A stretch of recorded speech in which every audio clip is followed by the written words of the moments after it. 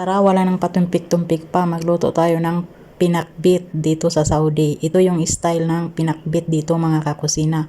So una, hiniwa-hiwa ko yung mga gulay at syempre pinakuluan ko siya. Half cook lang yung pakulo natin dyan mga kakusina. Ayan, after nyan, isang tabi lang natin. Ayan, tapos magisa na tayo ng bawang. Tapos isunod natin yung luya.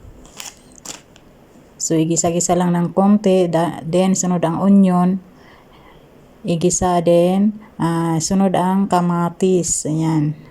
So, ganito ang luto dito sa Saudi ng pakbit mga kakusina. Ay napakasarap naman. Pero simple lang siya. So, ayan. Isinunod na natin yung ating hipon na pang sahog. Ayan.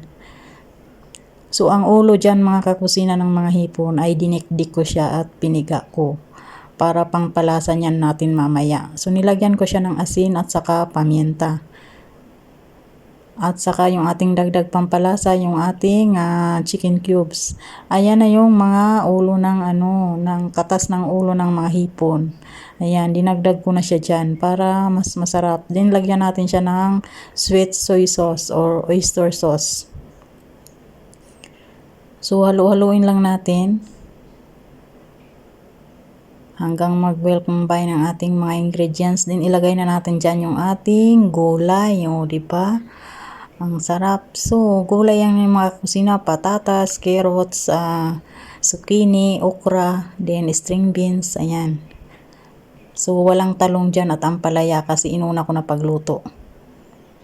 Nauna na naubos na. Kaya yan ang natira. Yan na lang ang ating pagtiyagaan. Ayan, napakasarap nito mga kakusina, promise. First time ko itong lutuin dito na ganitong style. Ang pagluto ng pinakbit. Ang sarap niya. O, diba? Ayan na.